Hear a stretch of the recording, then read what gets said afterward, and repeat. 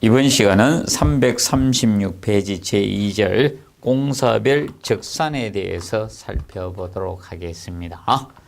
자, 이 공사별 적산에서 제일 먼저 벽돌공사 부분을 보도록 하겠습니다. 자, 이 벽돌공사, 이 아파트에 담장이나 이런 쌀 때 벽돌공사에 대해서 산출하는 거. 자, 이 주택관리사 시험에 맞춰서 보도록 하겠습니다. 그러면 일단은 기본적으로 일단 벽면적 산출을 먼저 하셔야 됩니다. 우리 시험에서는 벽면적을 구하는데, 자, 벽면적 산출에서는 자, 이 벽의 길이에다가 곱하기 벽의 높이를 곱해서 이 벽 면적을 우리가 산출을 먼저 하셔야 됩니다.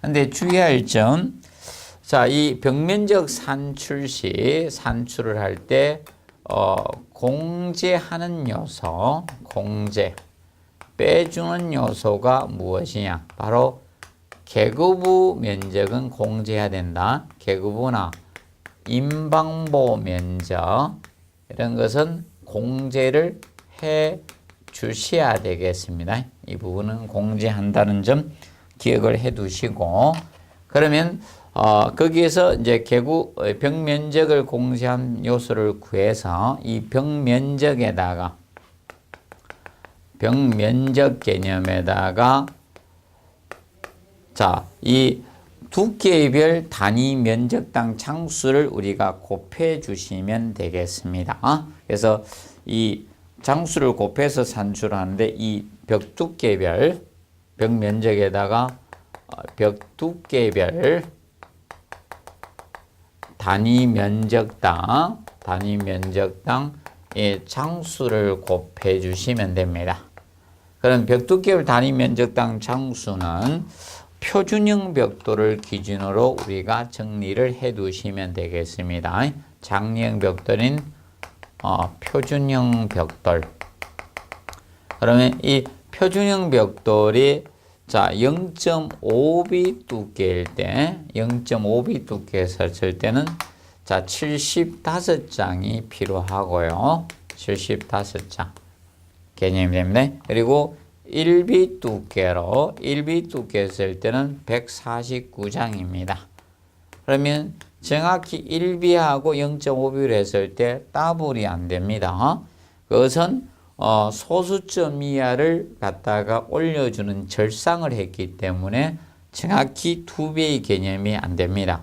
그리고 요 두 가지만 꼭 암기하시고요.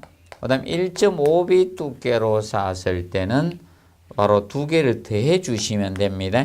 224장이 되는 거고요. 단위 면적당 장수가 이렇게 되는 겁니다. 그리고 2B 두께는 1B의 더블이 되어 주시면 됩니다. 그래서 298장이 되는 것이고요.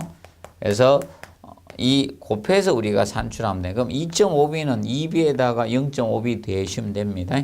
3B는 자, 이 1B에 3배 해주시면 3B가 되는 거고, 이렇게 처리해 주시면 된다. 그래서 이렇게 해서 장수를 곱해 주시면 자, 정미수량이 나오는 거예요. 정미량. 할정률을 고려하지 않은 정미량이 계산이 되는 겁니다. 그리고 세 번째, 바로 이 정미량에다가 플러스 할정률을 플러스 해주면 소요량이 나오는 거죠. 소요수량이 나오는 겁니다. 정미량에다 할정을. 그러면 할정률은 보통 벽돌에 따라 차이는 있다. 붉은 벽돌이나 내화 벽돌은 3%의 할정률이고요. 3%. 시멘트 벽돌의 할정률은 자 5%에 해당이 됩니다. 그래서 할정률을 플러스 가산해 주면 소요량 개념이 나오게 됩니다. 정리를 해 두시고요. 그래서 이렇게 해서 해 주시면 되겠습니다. 그리고 그다음에 그 337페이지 뭐 사키 모르타르 양이 나오죠. 사키 모르타르 양은 300 뭐 식을 외우실 필요는 없고요. 그 338페이지 상단에 보시면 표준형 벽돌로 쌓았을 때 0.5b 두께로 쌓게 되면 자 바로 0.25 세제곱 입방메다의 모르타르형이 필요하고 그다음에 1b 두께로 쌓았을 때 약 0.33 그러면 이것은 천장 기준입니다. 벽돌 천장 가지고 이 쌓았을 때 0.5b 두께로 벽돌을 쌓으면 약 0.25 세제곱미터만큼의 모르타르 양이 필요하다 이겁니다. 그리고 그래서 1b하고 1.5b를 정확히 알아두시고 1b 두께로 벽체를 천장을 쌓으면 약 0.33 세제곱미터만큼 필요하고 그 다음에 1.5b 두께에서 0.35 입방미터만큼 필요하다는 겁니다. 2b는 0.36 그러면 이 천장 기준이다. 만약 이 천장을 할 때는 곱하기 2를 해주시면 되는 겁니다. 보시면서 거기에서 뭐 계략적으로 문제를 몇 가지 풀어보도록 하겠습니다. 그러면 1번 문제 보시면 벽 면적이 4.8 세제곱미터 거기에 1.5b 두께로 시멘트 벽돌을 쌓고자 할 때 벽돌의 소요 매수 소요량을 구하라고 했습니다. 표준형 벽돌 장형을 쓰고 손율은 4%로 되었죠. 근데 여기에서 5% 외우셨다고 무조건 5%로 하지 마시고요. 만약에 시험에 주어지면 시험에 주어지는 퍼센트로 해주시면 된다. 그러면 먼저 일반적으로 우리가 봤을 때 이제 먼저 정미량을 먼저 구해가지고 소요량을 구하면 되죠. 정미 소요량. 그래서 정미량을 먼저 구한다. 정미량은 벽 면적에다가 벽 두께별 단위 면적당 장수를 곱하면 정미량이죠. 그러면 벽 면적이 4.8 제곱미터 면적에다 곱하기 자 1.5b 두께니까 224장을 곱한 것이죠. 면적을 곱하면 이것이 바로 정미량이다. 여기에서 구한 것은 정미량이고 근데 정미량에다 소요량을 구할 때 소요 매수 소요량은 그러면 정미 면적을 구한 정미량에다가 플러스 할증을 구해서 더하셔도 되겠고 다른 방법 여다가 할증률을 곱해도 됩니다. 그러면 이런 정미량 아닙니까? 그러면 할증률 손율을 갖다가 보통 퍼센트 있죠? 4% 100%가 1이니까 4%는 0.04가 4%죠. 3%는 0.03입니다. 그래서 4%니까 0.04 이렇게 곱해 주시면 됩니다. 이러면 바로 소요량 개념이 나오는 거예요. 이렇게 하셔도 됩니다. 그래서 할증률을 계산해가 플러스 하셔도 되고요. 아니면 바로 이렇게 계산을 더 가셔도 된다. 소요량 구할 때. 그래서 한 번 더 3번 문제 가지고 한 번 더 보도록 하겠습니다. 그래서 설계 도면상 장막 벽면의 크기가 10m 곱하기 2.4m이며 벽 두께가 1b 표준 시멘트 할 때 벽돌 소요량을 가장 적당한 거죠. 그러면 일단은 벽면적 먼저 산출을 합니다. 벽면적. 3번 문제 보시면 자 그러면 10 곱하기 벽면적은 자 10m 곱하기 2.4m죠. 2.4m. 그러면 24제곱미터에 해당이 되죠. 24제곱미터. 벽면적을 산출을 우리가 합니다. 그럼 벽면적에다가 정미량을 구할 때 정미량은 혹시 공제 요소 개구부가 있으면 이 면적에서 개구 면적을 공제를 해 주시면 됩니다. 근데 정미량은 그럼 지금 현재 개구가 아니죠. 24제곱미터 곱하기 자 아까 했죠. 벽 두께별 단위 면적당 장수를 곱하는데 1b 두께니까 149장이 되겠죠. 매수를 곱해 주시면 되겠습니다. 그래서 나온 수치는 바로 3576장 개념은 이것은 바로 정미량이죠. 정미량이다. 할증률을 계산하지 않은 거죠. 그래서 정미량이다. 그러면 이 정미량에다가 이제 여러분이 소요량 구할 때는 정미량에다가 저걸 하면 된다겠죠. 정미량에다 곱하기 자 그럼 붉은 벽돌인지 자 여러분들 시멘트 벽돌인지 확인하시고 그래서 시멘트 벽돌이겠죠. 시멘트 벽돌은 할증률이 자 우리가 5%였죠. 조건 안 주어지면 일반 할증 1.05 여기 할증률이죠. 이런 정미량이에요. 그래서 소요량을 구하시면 되는 거다.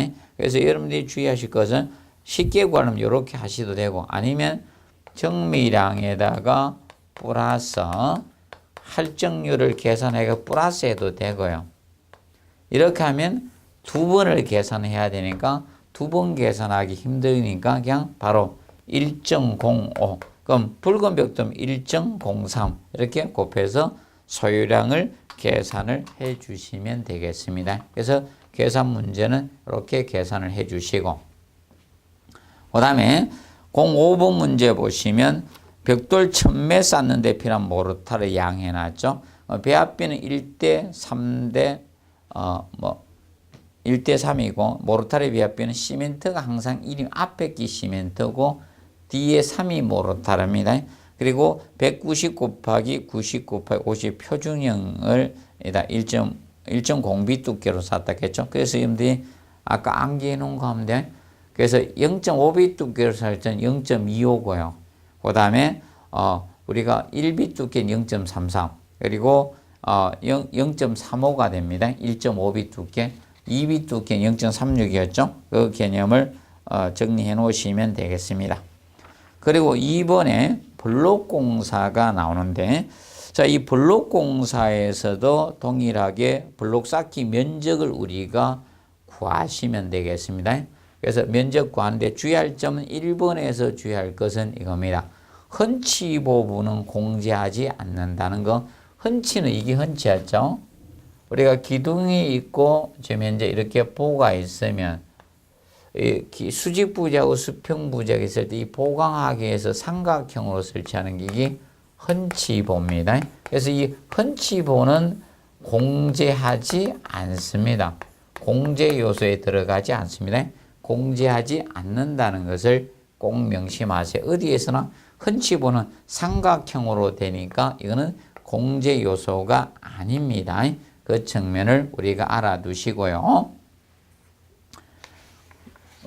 똑같이 해주면 됩니다. 그래서 그 2번에 블록 쌓기 면적의 단위 면적당 블록 매수를 곱해서 우리가 산출을 정미수량에 산출해 주시고 근데 정미수량의 할증률은 자 우리가 보통 블록은 할증률이 4%입니다. 시멘트 블록 등 소요량으로 하면 되는데 근데 그 4번에 보시면 블록 소요량이 나오죠. 블록 소요량.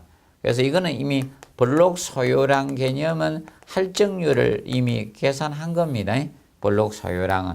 그래서 기본형 블록과 일반형 블록 이것은 기본형 블록이 있고 일반형 기본형 블록과 그다음에 표준형 장애형 블록 개념이 있는데 장애형 블록하고 그래서 이거는 이미 할증률을 고려해 준 겁니다. 소요량이기 때문에 기본 병력은 13장이고요. 장애형 블록은 17장이 됩니다. 17장. 그래서 이걸 곱하면 이미 할증을 계산한 거다. 그러면 면적에다가 이것만 곱해 주시면 되겠습니다. 면적에다가. 그래서 블록 면적을 구해서 기본형 블록은 13장을 곱하시면 바로 소요량이 나온다. 블록은 소요량 계산 문제가 나오고요. 일반 정비량 계산 문제가 나오지 않습니다. 그래서 이 수치를 곱해서 바로 소요량을 산출해 주면 된다는 것을 명심을 해 두십시오. 13장과 17장을 곱해 주시면 되겠습니다. 정리를 해 두시고. 그래서 이걸 곱해서 제발 할증을 하지 않도록 하십시오. 4% 할증. 그래서 이것이 소요량이 된다는 점을 꼭 명심을 해 두시면 되겠습니다. 블록 공사는. 그 블록은 혹시 나오면 블록 소요량 구하는 형태가 나올 수 있기 때문에 13장과 17장을 여러분들이 알아두시면 되겠습니다. 기본 알아두시고 그 다음에 세 번째 지붕의 방수 및 지붕 및 방수 공사적인 측면을 보도록 하겠습니다. 사실 관리적 측면에서 이 방수가 사실 영향을 많이 미치죠. 그래서 이 방수는 한번 시험에 나왔었습니다. 방수는. 그래서 그 예제 6번을 약간 다른 유형으로 약간 수치만 고쳐서 냈었죠. 그래서 이 방수 공사는 그래서 이 1번에 보시면 수량 산출은 겹수나 청수, 횟수와는 무관하게 시공 면적으로 산출을 해 주시면 되네. 시공 면적 산출이 된다는 걸 명심하시고 시공 면적. 그러면 예를 들어서 아스팔트에서 예를 들어서 8차 방수다, 10차 방수다, 6층 방수, 이게 8층, 6층, 10층 이런 거와 관계없이 면적으로 우리가 계산한다는 거, 시공 면적으로 계산한다는 점 명심해 두시고 면적 산출 시는 바닥, 벽, 지하, 옥상, 공법별 따로따로 나눠서 산출해 주라는 겁니다. 그러면 바닥 면적은 바닥 면적대로, 난간벽은 난간 면적대로 딱딱 구분해서 산출해 주시면 되겠습니다. 그래서 거기 보시면 예제 6번에 보시면 옥상 슬래브 면적이 40, 그러면 이 크기가 옥상 슬래브 면적이 주어진다. 슬래브가. 그러면 이 슬래브 크기가 40m에 20m라는 거죠. 20m. 자, 이 개념이고, 그리고 여기에 상겹 아스팔트 방수할 때는 아스팔트 8층 방수네요. 방수 면적을 산출하죠. 단 난간, 그러면 상겹이든 사겹이든 이겹이든 관계가 없다는 겁니다. 그래서 횟수하고 무관하다. 청수 이런 건 무관하게 면적으로 산출하면 된다. 이때 난간 부분의 방수 높이는 50cm, 0.5m까지 한다. 난간을 이렇게 있을 거 아닙니까? 난간에 올라갈 때 이때 난간은 높이는 50cm까지 방수 면적으로 잡겠다는 거죠. 그래서 메다로 따지면 0.5m 되겠네요. 난간벽은 요것만큼 방수를 하겠다는 겁니다. 그럼 이제 따로따로 구하시면 된다. 그러면 옥상 슬래브는 옥상 슬래브대로 구하시고요. 옥상 슬래브. 그럼 옥상 슬래브는 40m 곱하기 20m 하면 되겠죠. 그러면 800제곱미터의 슬래브 면적이 나올 거라는 거죠. 그리고 난간벽은 난간벽대로 구하시면 되는 거예요. 그래서 합산하면 되니까. 그럼 난간벽은 전체 길이, 둘레 길이에다가 0.5를 곱하면 되겠죠. 그러면 40 플러스 20 플러스 40 플러스 20 플러스 총 되겠죠. 그러면 난간벽 길이에다가 전체 길이, 난간벽 길이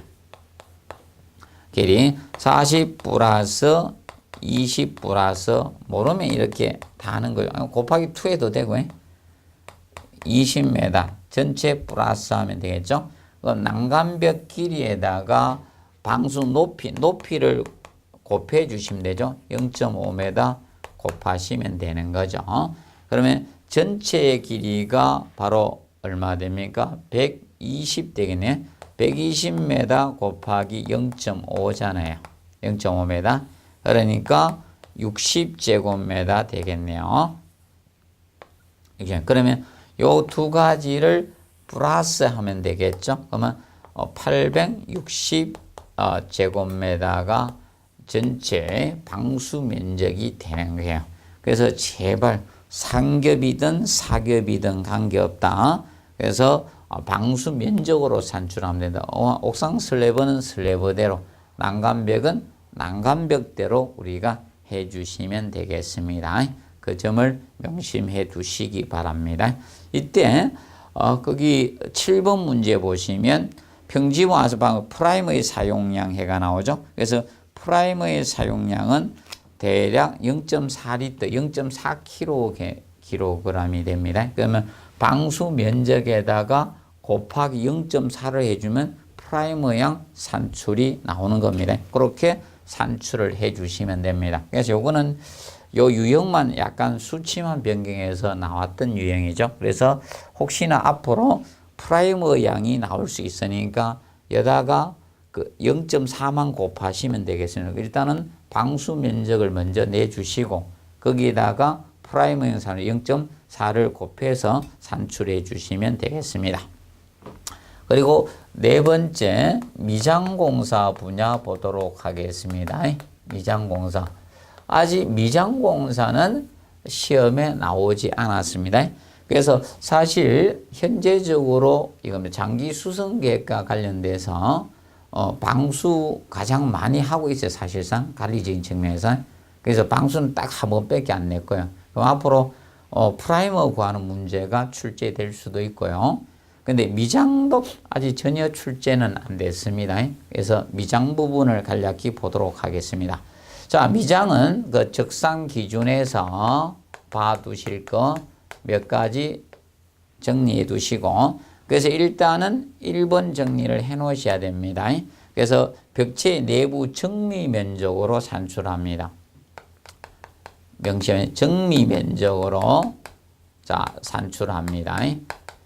자, 면적에다가 할증을 가산하는 것이 아니라는 겁니다. 자, 보통 재료가 손실이 되는 것이지 미장하는 면적이 늘어났다가 줄어들었다는 것은 아닙니다. 사람은 얼굴 면적이 부으냐 안 부으냐에 대해서 이 화장하는 면적이 늘어났다 줄어들었다 할 수는 있지만 건물의 면적이 늘어났다 줄어들었다는 안 해요. 그래서 정미 면적으로 산출합니다. 그래서 이거는 소요 면적으로 산출, 할증가에서 소요 면적으로 산출하는 개념이 아니라는 것을 간단히 알아두시고, 그리고 2번에 보시면, 자, 2번에 개구 면적은 공제가 원칙입니다. 보통은. 개구부에다가 미장하지는 않는다는 거죠. 개구 창호에다 미장하는 사람이 어디 있습니까? 그래서 개구 면적은 공제가 원칙입니다. 빼주는 것이 원칙이 된다는 거다.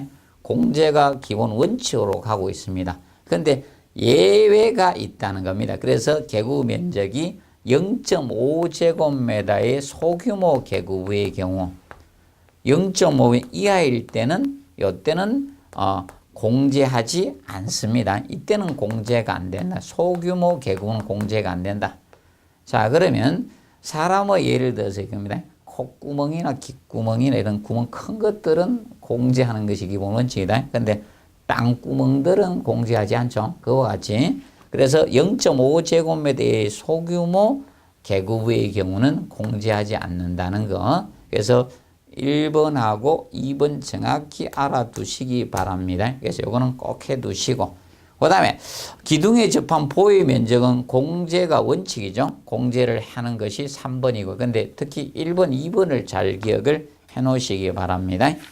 자, 그리고 4번에 보시면 벽 높이는 반자 깊이 10cm 정도까지 미장반을 감안해서 플러스 알파 더 해줘야 돼요.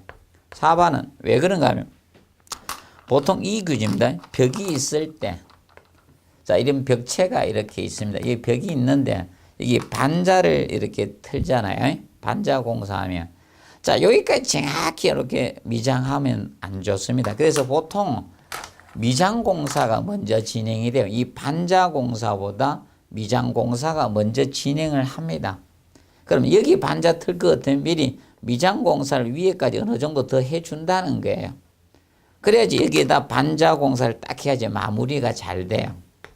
반자. 그래서 반자 공사에 앞서서 미장 공사가 먼저 선행된다는 거예요. 미장 공사하고 나서 반자 공사가 들어옵니다. 그렇기 때문에 위로 10cm 더 봐주라 이거야. 100mm 정도.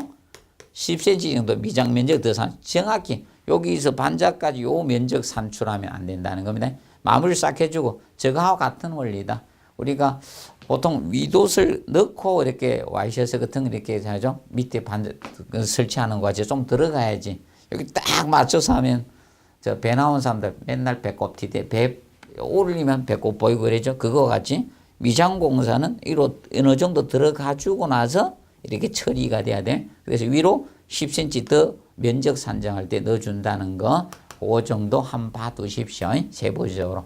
그래서 특히 그래서 1번, 2번, 4번에 포인트를 맞춰서 꼭 한번 봐두시기 바랍니다. 정리를 해 두시고요. 그 다음에 이제 3번의 모르타르적인 측면, 3번에 모르타르가 나오죠. 이 모르타르. 자, 이 모르타르적인 측면에서는 우리가 알아두실 것이 2번에 도면의 정미 면적을 소요 면적으로 합니다. 그래서 도면의 이 정미 면적을 소요 면적으로 합니다. 이것을 소요 면적으로 바로 계산합니다. 그래서 면적에는 할증을 가하지 않는다는 것을 꼭 기억을 해 두시고, 그러면 여기에다가 나중에 자, 소요 면적을 하고 재료에 이제 소요량을 산출하면 됩니다. 그러면 여기에서 이제 할증을 가산해서 소요량을 재료에 이제 소요량을 계산해 주시면 되고, 그 다음에 문제, 자, 그 예제 9번 보시고요. 예제 9번에 보시면, 자, 미장에 관련된 계산 문제 나오는데, 이 품셈표를 주어지고 품을 세마는 기준, 품셈표를 주어지고 계산 문제를 냅니다. 그럼 먼저 그 품셈표를 보면 구분 미장공 해놨죠. 단위인. 그리고 수량이 0.05 나왔죠. 단위 면적당. 그러면 그 표를 읽을 때 이겁니다. 품셈 기준표는 1제곱미터에 미장을 할 때, 해설하면 미장할 때 미장공 0.05인이 필요하다 이 뜻입니다. 미장공 0.05인이 필요하다는 문장입니다. 그래서 그 문제 보시면, 자, 바닥 미장 면적이 600제곱미터당 1일 5인 작업 시 작업 소요를 구하라 이렇게 나왔죠. 그러면 먼저 작업 소요 인원수를 먼저 구하게 됩니다. 작업 소요 인원수를 먼저 구하시면 됩니다. 나오면 아마 그 품셈 기준의 수치나 미장 면적을 달리해서 아마 시험을 출제할 겁니다. 보시면 되는데, 그러면 작업 소요 인원수는 그 면적에다가 품셈 기준표를 그냥 곱하세요. 품셈 기준에 나온 수치를 곱해 주시면 됩니다. 그래서 품셈 기준을 그냥 곱하십시오. 간략히 산출해서 역으로 산출하면 시간이 오래 걸리니까 쉬운 방법을 그대로 가르쳐 드리면, 그 면적이 600제곱미터다 곱하기 0.05 이걸 그냥 곱하시면 됩니다. 면적당. 그러면 이렇게 바로 곱해서 산출하시면 됩니다. 600 0.05니까 30 되죠. 그러면 작업 소요 인원수는 30이 된다는 거예요. 30명이 필요하다 이겁니다. 그러면 작업 소요일을 구하라 했겠죠. 작업 소요일은 언제 이거죠. 작업 소요일은 이렇게 구하시면 됩니다. 그러면 작업 소요 인원수를 갖다가 전체 소요 인원수를 1일의 동원 인원수 1일 동원 인원수로 나눠 주시면 되는 겁니다. 그래서 작업 소요일을 구하시면 됩니다. 그러면 작업 소요 인원수는 30명인데 하루장 5일이죠.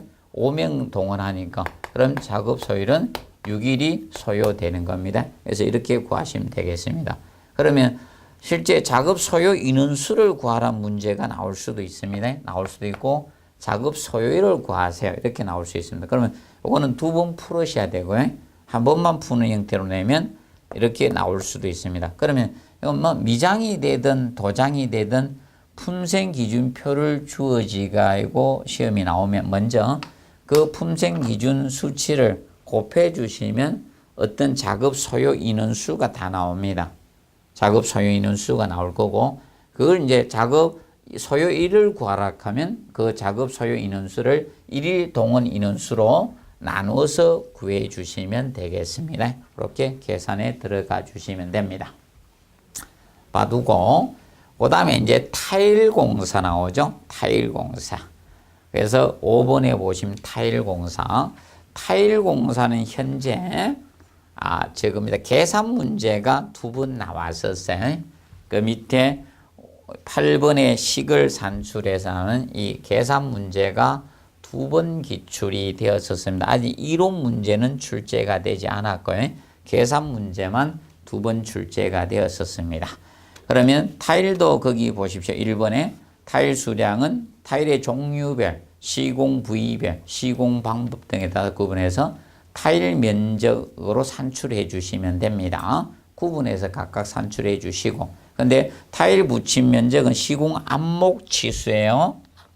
자, 눈에 보이지 않는 데까지 타일을 부착할 수는 없죠. 시공 안목 치수, 눈목자죠. 눈으로 보는 치수가 안목 치수가 됩니다. 보통 이겁니다.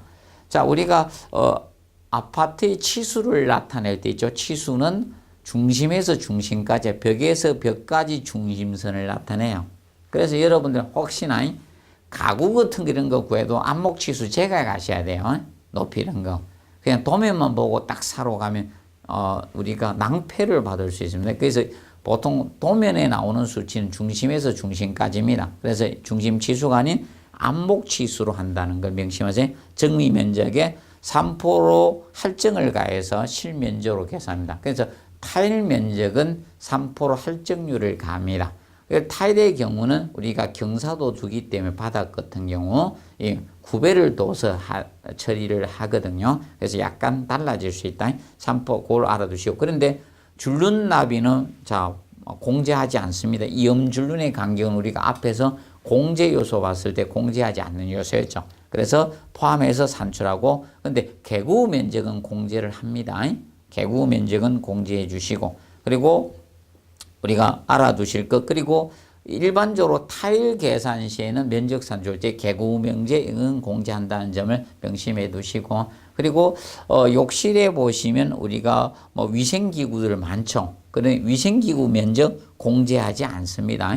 위생기구 면적 공제하지 않는다는 것을 꼭 명심을 해 주시고, 그리고 거울 같은 거 욕실장에는 공제하지 않습니다. 그러면 보통 욕실에 보시면 거울이나 이런 욕실장들은 타일을 설치해 놓은 상태에서 거울과 욕실장을 설치하게 됩니다. 그래서 공제하지 않는다는 것을 명심해 두십시오. 그리고 타일 붙임용 모르타 손실량은 10%고 줄눈 모르타 손실량이 100%입니다. 그래서 줄눈 모르타는 손실량이 많습니다. 이렇게 마감하다 보면 많이 떨어집니다. 지향줄눈 하다 보면.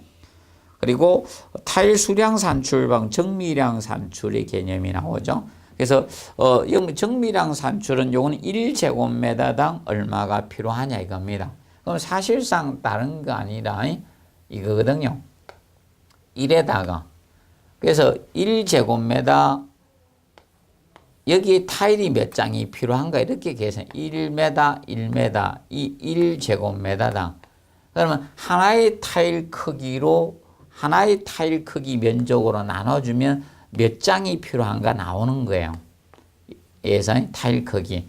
그럼 예를 들어서 타일 크기가 얼마였다래 가정을 해주면 실제로 문제를 통해서 한번 보도록 하겠습니다. 350페이지 9번 문제를 보시면서 하겠습니다. 350페이지 9번 문제. 타일 공사지 욕실 면적 1제곱 소유된 모자이크 유니트는 단위죠. 유니트라는 것이 원래 단위입니다. 모자이크는 소형각 타일이니까 판형 붙이기로 하거든. 한 판때기 붙여서 하는 판형 붙이기로 하다 보니까 정밀이라는 것이 단 모자이크 타일 유니트 한 장 그게 300mm 곱하기 300mm죠. 그럼 이거는 타일 줄눈을 고려할 필요가 없어요. 이미 모자이크 타일은 타일과 타일 사이 이미 한 판에다가 이렇게 된 거고요. 한 판에 된 거고. 그런데 만약에 이게 하나가 30cm, 300mm니까 30cm, 30cm라는 거고. 그러면 이런 경우는 줄눈을 고려할 필요가 없는 거예요. 그러면 이것이 여기에 모자이크 타일은 여기 조그맣단 타일을 줄눈 고려가 여기다 다 붙였기 때문에 고려할 필요가 없고 이거 그냥 딱 붙이면 그건 끝나기 때문에 그래서 그 경우는 바로 0.3 곱하기 0.3 바로 한 거예요. 여기다 0.3 곱하기 0.3 해가지고 이걸 나눠준 거예요. 이것이 이제 1제곱미터당 타일이 몇 장 들어가냐 이것이 나오는 겁니다. 그러니까 11.11장 정도 나오더라 이거고요. 그런데 기본적으로 이런 모자이크 타일은 이 판형 붙이니까 이렇게 하면 되지만 보통 1제곱미터에다가 쉽게 타일 자 크기 그럼 예를 들어서 이겁니다. 이쪽이 하나가 200mm였다 가정합시다. 200mm 200개 큰 타일을 붙였습니다. 그리고 타일의 이 줄눈 크기가 그러면 보통 타일을 부착을 해 나갈 때 타일을 이렇게 부착해 놓으면 이렇게 부착에 줄눈이 있을 거 아닙니까? 그러면 결과적으로 한 개 면적으로 나눠지는데 타일 하나의 면적만 해서는 안 된다. 줄눈이 주어질 때는. 그러면 어떻게 똑같은 크기라고 봅시다. 그러면 결과적으로 여기에다가 요 줄눈까지 플러스가 돼. 요 하나의 면적 요걸로 계산하는 거예요. 그래서 거기에 나타난 식의 개념이 나타난 것은 바로 이거다. 타일 크기 플러스 줄눈의 개념이에요. 줄눈에다가 곱하기 타일 크기 자 곱하기 줄눈 개념 아닙니까? 타일 크기 플러스 줄눈한 거. 사실 이겁니다. 이것이 하나의 무엇인가? 요거 곱하기 요거입니다. 요거. 그래서 타일 크기에다 플러스 줄눈하고 타일 크기 줄눈해서 나눠주면 돼요. 이건 근데 주의할 것은 이겁니다. 면적으로 낼 때니까 이어서 1제곱미터당 몇 장 들어갔냐니까 메다로 환산해야 된다는 거다. 그럼 예를 들어서 여기 줄눈이 10mm라 가정합시다. 그러면 이것도 10mm입니다. 그러면 210mm가 될 거 아닙니까? 210mm 곱하기 210mm죠? 이 개념이 되거든요. 그럼 이것을 그냥 밀리미터로 하면 안 된다. 메다로 환산해야 됩니다. 그러면 10mm가 자 1cm요. 100cm가 1m가 되니까 이거는 0.21m가 되는 곱하기 0.21m 이렇게 해서 하나의 면적 가지고 나누는 거예요. 그럼 1제곱미터의 개념으로 계산한 겁니다. 그럼 몇 장이 나오겠느냐? 그러면 벽 면적이 주어지게 되면 그다가 이 수치를 곱하면 된다. 그럼 아까 했던 판형 이 모자이크 타일 이 정도 필요했다 이겁니다. 그럼 면적이 10제곱미터 했다 이거. 그럼 이거 면적에도 이거 곱하면 되는 겁니다. 이게 1제곱미터당 장수니까 이걸 곱하면 전체 소요 벽 면적 10제곱미터 부착할 때 타일이 몇 장 필요한가 이런 것이 나오는 겁니다. 그런데 계산 문제가 두 번 나왔기 때문에 앞으로 나오면 타일 공사 이론을 한번 출제할 수가 있습니다. 그 위 내용을 정확히 학습을 해 두시기 바랍니다. 그리고 창호공사는 초반 끝발이라서 지금은 안 내고 있네요. 페이지 344페이지 보시면 칠면적 배수표가 나오는데 이것이 미리 냈습니다. 미리 출제했습니다. 우리 시험은 9회 때부터 시험 범위에 들어갔는데 얘가 바로 7회 때 기출이 되었었습니다. 7회 때.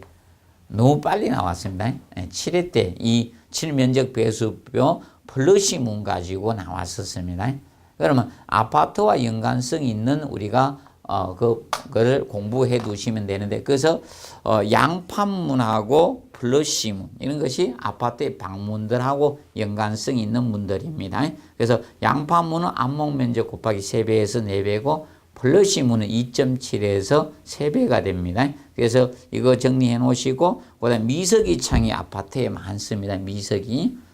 보통 아파트의 창들 한 미석이 창이거든요. 그래서 안목 면적 곱하기 1.1에서 미석이는 밑에 레일이 2개 11자입니다. 그래서 1.1로 기억하시면 됩니다.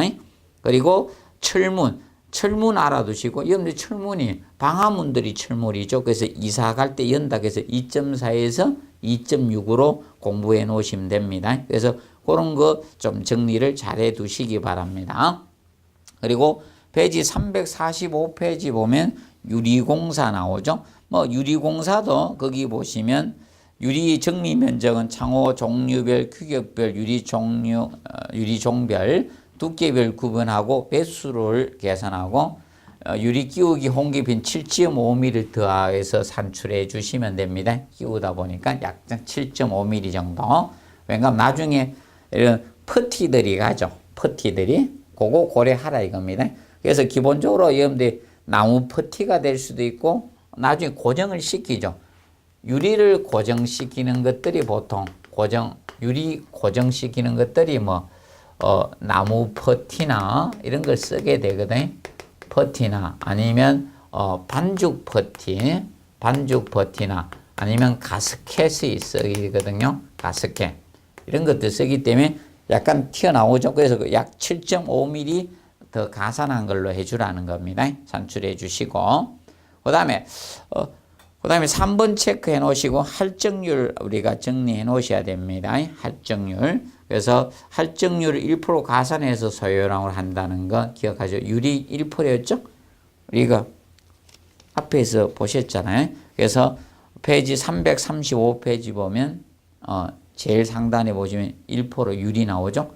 1%입니다. 유리는 할증률 1% 계산해서 소요량으로 해주시면 되겠습니다. 소요량 개념 된다는 거 정리해 두시고 그 다음에 네 번째 철제 및 알루미늄 샤시에서 유리 소요 면적은 테두리 면적의 20%를 가산해서 계산을 해 주시면 되고요. 그리고 유리 볼록은 쌓기는 매수 단위로 우리가 해줍니다. 유리 볼록은 보통 유리 볼록이 뭔가 하면 보통 이 사각형으로 유리로 만드는데 안에다가 이 공기층을 둔 거 아닙니까? 중간에다가. 그래서 보통 이 구조도 되면서 그래서 이 유리블록은 보통 벽을 쌓아가면서 뭐 채광이나 이런 장식 효과 이런 걸 단열 목적으로 우리가 쌓아준 유리블록이었죠. 그래서 이거는 매수 단위로 우리가 해주시면 된다. 그래서 쌓기는 매수 단위로 계산해주고 그 다음에 여섯 번째 강제 창호 설치는 세시공이 하고요. 그 다음에 유리블록은 유리공이 시공하는 걸로 계산을 합니다. 그래서 유리블록은 쌓는다 해서 조적공이 하는 것이 아니라 그래서 유리공이 시공하는 것으로 계산을 한다는 점 주의하십시오. 강제 창호는 샤시지만 유리블록은 유리공이 하는 걸로 계산한다는 점 기억을 해 두시기 바랍니다. 그래서 이번 시간에 적상과 관련된 계산 문제를 우리가 살펴보았습니다. 그래서 자주 연습을 하셔가지고 우리가 하시기 바랍니다. 그리고 이 적산 부분은 간단한 우리 문제에서는 그렇게 어려운 문제를 출제할 수는 없습니다. 그래서 기본 상식적인 수준에서도 낼 수 있으니까 항상 여러분들이 주의해서 접근하시면 됩니다. 그래서 예를 들어서 모르타르다 이러면 모르타르의 배합비는 항상 시멘트 대 모래의 배합비예요. 모르타르는 시멘트 대 모래의 배합비고 그 다음에 콘크리트는 항상 배합비가 시멘트 대 모래 대 자갈의 배합비입니다. 자갈의 배합비. 그래서 이것을 항상 기본을 잡으시기 바랍니다. 그럼 만약에 1대 3이다. 그러면 시멘트 1이고 모래 3이고 그 다음에 1대 2대 4다. 이러면 시멘트 1이고 모래 2고 자갈이 4의 비율로 배합을 한다는 거예요. 그래서 항상 시멘트가 기본이 돼요. 그 다음에 모래, 자갈 이 순서로 간다는 점을 꼭 명심해 두시기 바랍니다. 그래서 항상 적산의 기본은 단위가 어떻게 되는가 그걸 기본을 잡아 두시기 바랍니다. 그래서 이번 시간은 여기에서 마무리하고 다음 시간에는 건축 설비편의 수업에 들어가도록 하겠습니다. 자, 수고하셨습니다.